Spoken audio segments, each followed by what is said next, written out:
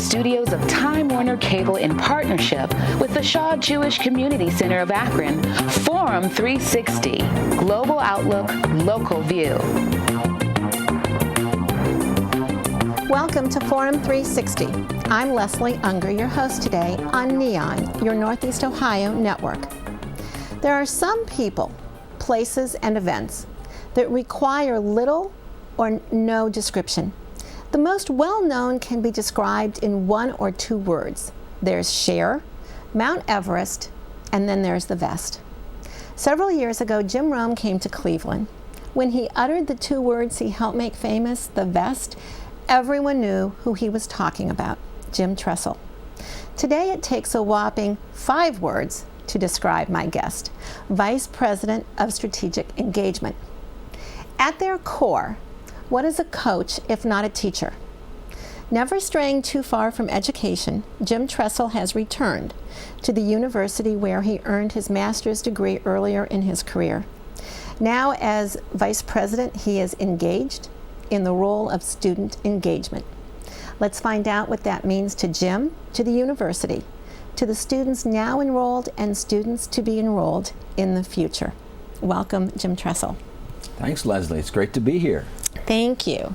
If I'd have known about the vest part, I would have worn a vest. You didn't tell me what your open was going to be. Well, you know, I'm like wondering, was there like a big bonfire? Like, did you burn them all? Or was there only one? How many were there anyways? Well, there were lots of them. Were there lots of them? And lots of them have gone up for charity auctions, like if we wore it in the Texas Victory or whatever. Is there one in the Smithsonian? No. Not yet? No. I don't think ever. You know, was it, now that you wear suits, usually to work. I can wear a vest under the suit, though. Well, was it a relief to not wear the vest, or was it like sad? Did you have to have like a little, you know, parting ceremony? Well, you know, I still wear vests. They just happen to say the University of Akron. And so I haven't had to have that funeral of the vest. Okay, just wondered. But that might be a fundraiser, you know? The funeral of the vest could be the fundraiser. Anything for Forum 360. There you go. Thank you so much. Now, how is a coach different than a teacher? You know, I went to Google, which is like my best friend, and I tried to find the definition for coach and teacher, and they're really very similar. So how is a coach a teacher, or how is a coach different than a teacher? You know, I've often told young, aspiring, up-and-coming coaches that coaching really is the purest form of teaching. It doesn't end when the bell rings. When you're the coach, it's 24 hours a day. Mm-hmm. If a youngster has a problem, the coach gets a call. If a youngster has a problem that all of a sudden gains some attention, I've never seen them say, John Doe chemistry major. It's usually John Doe football player, mm-hmm. and so forth. So when a coach is involved, the difference is 24 hours. Teachers are wonderful, and the great teachers are more than just the classroom time.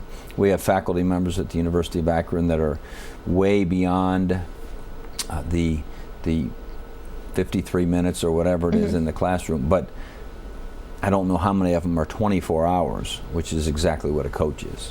Now, in coaching, as a communication coach, one thing I had to embrace was that I don't have control over my client's talent or discipline. Mm-hmm. Now, as a coach of younger people, younger than most of my clients, do you embrace that you don't have control over their talent or discipline, or do you still feel at that point in their lives that you have control, some influence over talent and discipline? Well, control and influence are two different things. So let's say influence. Yeah, well, influence, I'm sure you do over your clients, or I wouldn't call it over your clients, I would say with your clients. You do influence them as you share with them, as you build a relationship with them, as they grow to understand that you care about them and that you're working with them because you care about them. And that's the way it is with a coach and a player, or coach, student, athlete.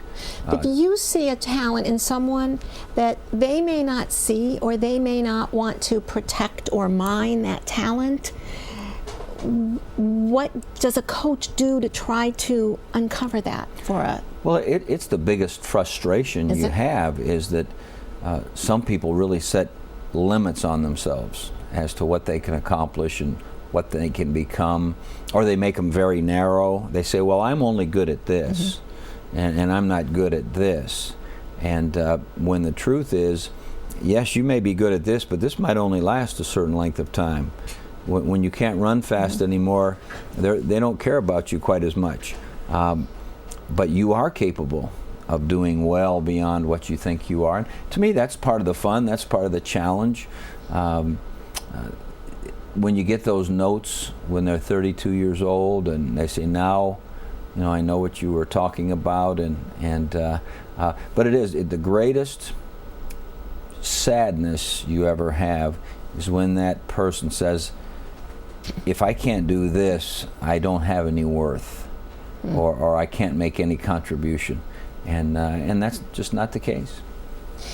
So as a coach, you weren't in education when you were working on your master's. You would really say that as a coach, you really spent a career in education. Oh, absolutely. So it's not like you returned to education, you kind of never left. Oh, right. Well, most of what I am engaged with here at the University of Akron in this position of Vice President of Strategic Engagement is student success, overall success. And that's exactly what we did. I tease people a lot that I used to have 105 guys, and now we have 29,600. And you probably remember like every one of their names. Well, not every one of their names, and it's amazing walking around campus. Sometimes I can remember them by, aren't you from Greene, or aren't you from Cleveland, or aren't you? But it's a little harder to remember 29,000 names than 105, but it's the same job. It's how can we prepare them to go out. To me, I think our greatest commitment needs to be, how can we prepare them for this unbelievably competitive world that they're getting ready to go out into? Much different than the one you and I went into. It's global.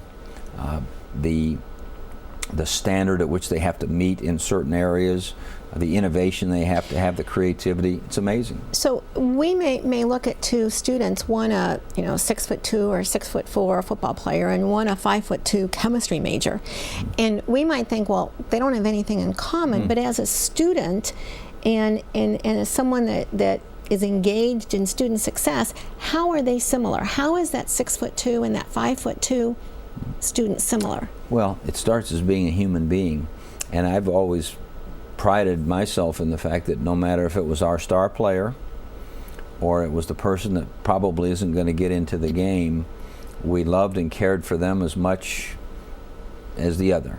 And the same is true on a university campus. We want every single one of our folks to meet their potential and find out what it is their passion is, and find out which things that maybe they can really turn into something that's great for themselves, great for their community, great for mankind. And we care about the freshman 5'2" youngster as much as we do the 7 foot, what's our basketball center's name? Zeke. I forget his last name, but Zeke's 7 foot tall and going to be a senior and probably go and play some professional basketball and maybe lead us to the MAC championship and into the NCAAs. But that 5'2" freshman who's at Summit College or on the Wayne campus or at the Medina Center or wherever, we as teachers, we have a passion for their student success, equally. I used to, when I was in college and after college, my fantasy was following Don Shula around for a day. That was my fantasy. I wanted to know how he got seemingly average, NFL average players to play beyond their capabilities week after week after week. Well, especially 17 weeks in a row. They did something that no one has ever done since, and that's highly unusual. I've always believed when it comes to professional football, if you have a great owner and a great quarterback, you'll have a chance to build the rest. And I don't know who their owner was back then, but I do know that Bob Greasy was a great quarterback, and he was going to give them a chance to win every game. But Don Shula was a Cleveland guy, and he John Carroll University graduate, and a hard-working, passionate, very, very demanding. He was probably on the side of being what someone might consider mean or tough or whatever. I mean, he was not going to accept anything less than your best. So you, in ways, have had to ask people to play as well as or beyond their means, which is in a different way what everyone needs to think about doing in their own job, whatever their own job is. So, so how do you communicate to someone to play to or beyond their ability? Well, I think there are certain things that young people expect, and it's not different. This is my 39th year, I think, in higher education, and I don't think the young people have changed. I think there's a couple things. Number one is they want to know what you expect of them. Now, they want to know the syllabus. They want to know when the tests are and when the papers are due and what you expect. And then they want to be evaluated. And they don't want to be evaluated with the thought in mind that the end result is they're going to be average. They want to be evaluated at what's it going to take for me to get that job that I dream of, or to get that record that I was seeking. You know, they want the truth. One thing that has changed, I think, a little bit in my 39 years is that sometimes we sugarcoat it with young people nowadays. You go to the post-season soccer little kids thing, and everyone's handed a trophy when, you know what, everyone wasn't the best soccer player that year. Now, it doesn't mean if they weren't that year, they can't be the next year. You know, Michael Jordan was cut from his basketball team. You know, we've all heard those stories. And never forgave his poor high school coach. You know, well, forgiveness is for another. We can do a full show on it. It's not for Michael Jordan, anyways. Right. we can do another show on that one. But, you know, I think we've gotten a little bit less than realistic sometimes with our evaluation. Are you saying too high of expectations or too low? Too low in that we're giving, for instance, grade inflation. You go to the high schools, and I'll give you a great story. I was in Columbus. It was my second or third year at Ohio State, and high school invited me to come to an early morning assembly for all of their students who had a 3.0 or better GPA. And so I thought, well, you know, that's pretty neat. I'll, you know, as long as it's early enough, then it won't disrupt what else I have to get done today. That'd be fine. So, yeah, I was at 7:15 or whatever, and they get to miss first period because, you know, all this. And so I got there, and it was in the gymnasium. And I'm thinking, gosh, I wasn't expecting that you would need a gymnasium. That many people had that grade point average. And as it turned out, there were 1,200 of the 1,600 students who were over a 3.0. Well, that's not the way it is in life. 1,200 out of 1,600 don't make the sale or win the game or get the TV show or whatever. You have to raise above. So I think in some ways we have had a little bit low expectations, not low desires. I think people have higher desires, maybe bigger homes, bigger cars, nicer clothes, all that. They think it's easier too because the expectations have been low. Right. Now, you had a team that you have players of different ages, different backgrounds, different ethnicities, different economic, religious, political, everything. But in every workplace, they're supposed to make teams out of people that come from differing backgrounds. Any suggestions, whether it's on a campus, in a workplace, for how do you get people that show up at the same place every day to be a team? Well, I think that's one of the beauties of sport, or of the marching band, or of the play, or of any group activity, of the university. I don't know if it's true, but I was told once that university means unity in diversity, and there's no better way to learn some of those lessons than in a group setting, when you realize that you all depend upon one another. That really, in essence, even if you're Bob Greasy, that great quarterback of the Miami Dolphins, without the others, you're insignificant. can't throw to yourself. Yeah. Can't catch your own ball. Yeah, they got to protect you. The coach got to call the play. Team. Someone's got to hand out the equipment. Someone's got to cheer for you, and all the rest. So in group activities, I think you have a chance to learn that we all are very important. Now, what's made it more difficult today is that everything is so much more highly publicized. And typically, unlike the soccer team who all gets a trophy, okay, when things get publicized, it's talked about, well, Leslie threw the winning touchdown pass, or so-and-so hit the winning shot, or so-and-so was the $1 million salesperson, not mentioning all the people that backed it and so forth. So it's more difficult to build a team, but I've always felt this.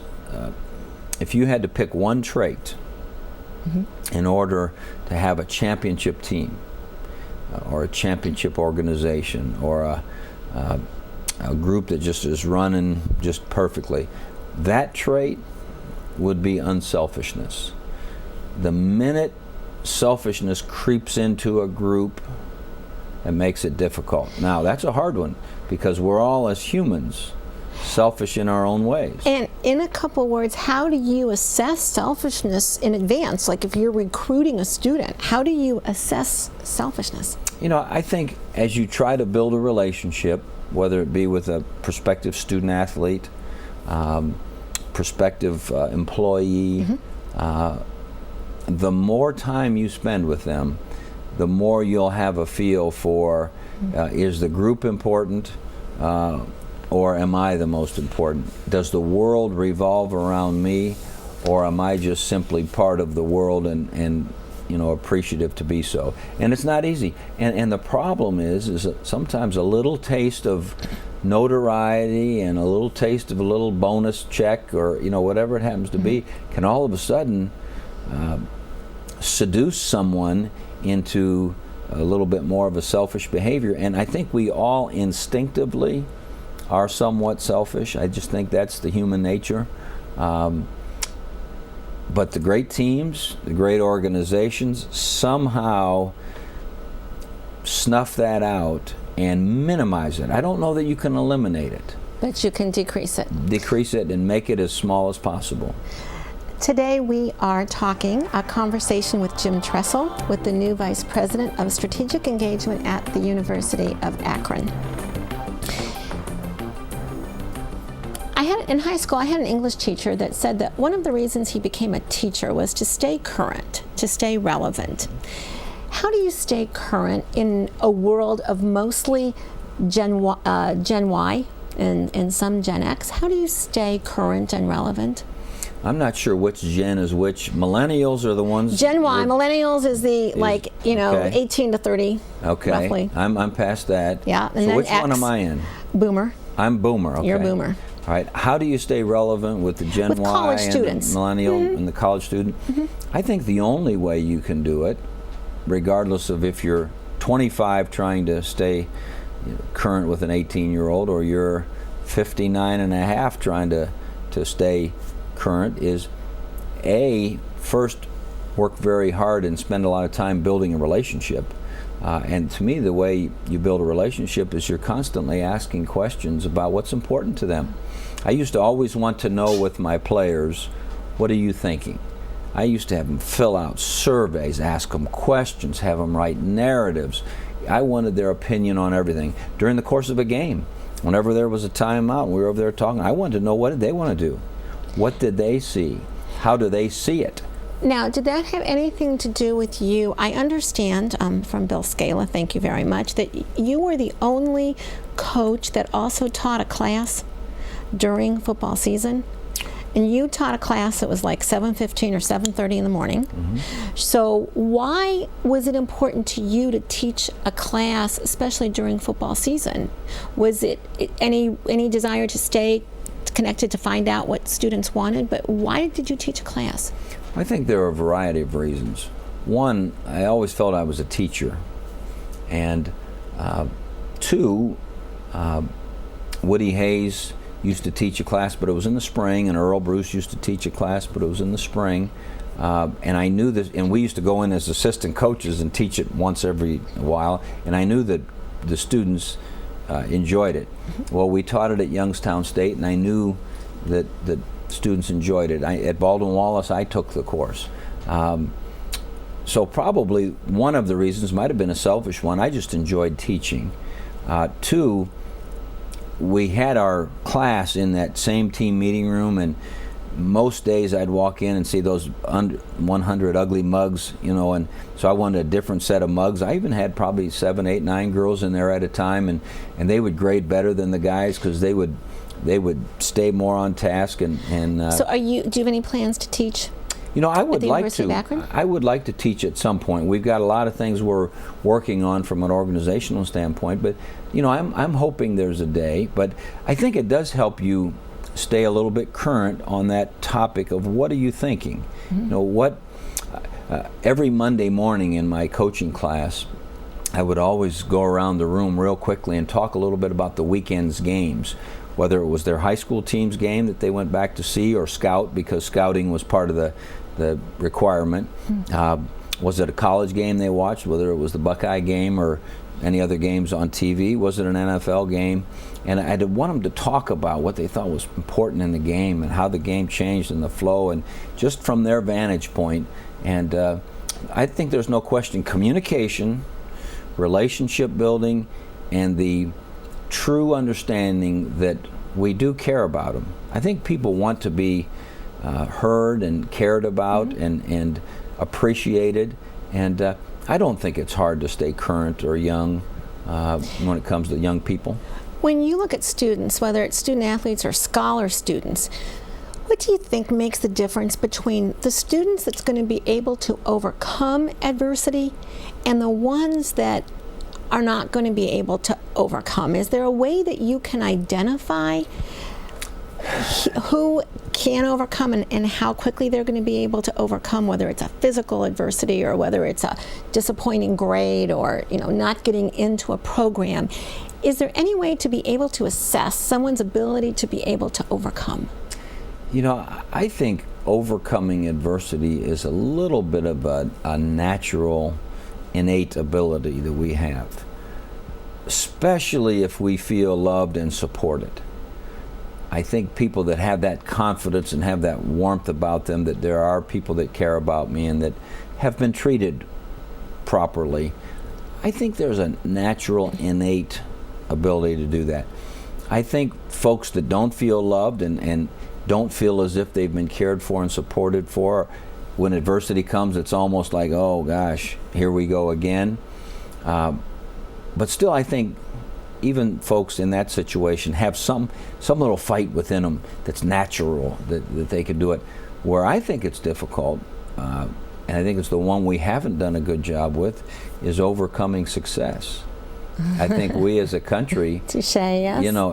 have not done a wonderful job with that. Then all of a sudden we think it's easy and we think it's always going to be that way and we're entitled and all the rest. Speaking of success, as a coach, you had assistant coaches, and anyone in business has people that they hire, and on one hand they want them to do well, on the other hand having them go on to somewhere else and having to replace them is always a challenge. So how did you marry those two of wanting to help assistants be successful, but then knowing that then you're going to have to replace them and the work it takes to do that? So, that's true in the workplace. So how do you marry those two concepts? Well, I think sometimes it just takes a little experience to do that. For instance, I had 25 years as a head coach where I lost lots of coaches. My first 5 years at Youngstown State, I don't think we lost a coach. Then all of a sudden I lost my 3 top guys, and we were just starting to really get good too. And I thought, oh, we haven't reached our goal, we haven't been national champions yet, and we're right on the brink. And now these 3 guys, one went to University of Kansas, one went to the University of Virginia. I'm trying to remember where the third one went, NC State or something like that. And I'm thinking, oh gosh, are we going to be able to overcome this? The next year, with 3 new coaches out of 6 total coaches, we won the national championship. So some of it's just and experience it and reminded, perspective. yeah, just having a little bit. And then 4 years later, those guys all left. One went to Indiana, one went to Minnesota, one went to Georgia or something, and then wouldn't you know it, right after they left, we won the national championship again. So I started thinking, you know what, maybe it's better when I lose my coaches. We all of a sudden, everyone thinks they've got to dig in a little harder, and so, but you know, you do want to see, like Mark D'Antonio, one of my guys is the head coach at Michigan State, and Donnie Treadwell down at Miami, and Tim Beckman over at Illinois, and on and on and on. You love watching them play. Darrell Hazel right down the street at Kent State, and you know, so you love watching your guys go and kind of take with them what you've been working on, and you know what, they get replaced. In the few minutes we have remaining, I'm going to ask for 2 or 3 word answers. I thought we were going 2 hours. We're going to need to, because I have like 20 more questions. Okay. I've heard you say paradise is where you are. Mm-hmm. I'm going to ask you in a few words to, I think that is a really important, if people could really embrace that. Mm-hmm. Just a couple words on paradise is where you are. Well, you know, I've just always felt that I've been extremely blessed and extremely fortunate. And I'm not sure that every situation I've been in has been paradise, but I've always tried to look at it that way. I've always tried to look at every job as if it was one I was going to stay the rest of my life. And you know, I never thought I would leave Youngstown State. I was there 15 years, the head coach. We had had good success, athletic director. You know, we'd involved in very, you know, civic items, and just felt like I was part of the fabric that we were trying to weave in the community. And then things come up, and all of a sudden you're somewhere else. And I've just always believed that it'll be a lot easier if you wake up happy where you are and do the best you can possibly do. The best advice I ever got in my career was from Gordon Larson. You remember Gordon Larson, athletic director at the University of Akron. And in my interview to be a grad assistant here at Akron in 1975, my interview with him was like 45 seconds, and there was no back and forth. It was just forth from him, and he said, "Young man, keep your mind and your rear end in the same place." He didn't say it exactly that way, but I took that with me for the rest of my career, because if your mind is right here trying to do the best you can, okay, then you're going to be in paradise. I have to ask you, because I have time for 2 questions with short answers. Short answers. Okay. Is that 2 to 3 word? Yes. Okay. Yes. Your mind and your behind. How are you going to answer the what is pretty soon going to become a thunderous movement for Jim Tressel for a head Browns coach? What are you going to answer to that? I'm focused on my 29,600 students at the University of Akron.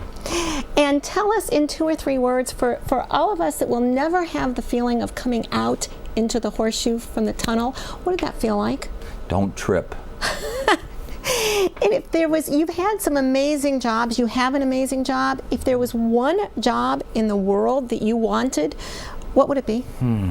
The one that I'm in. And at the time I was in each of them, it was the one that I was in. Most of us won't take the field in the horseshoe or counsel players twice our weight. But overcoming challenges is a part of all of our lives. Our guest today, Jim Tressel, has shared his belief that paradise is what you make it. So many lessons to be learned, from sports to life. Somewhere along the line, we stop learning those lessons. Whether it's a play on the field or in the boardroom, we can learn lessons of perseverance and authenticity. These 5 words brought many worlds together. Vice President of Strategic Engagement. Now you have met these 5 words, the University of Akron's Jim Tressel, Akron's newest icon. I'm Leslie Ungar for Forum 360 on Neon, your Northeast Ohio network. Thank you for joining us today.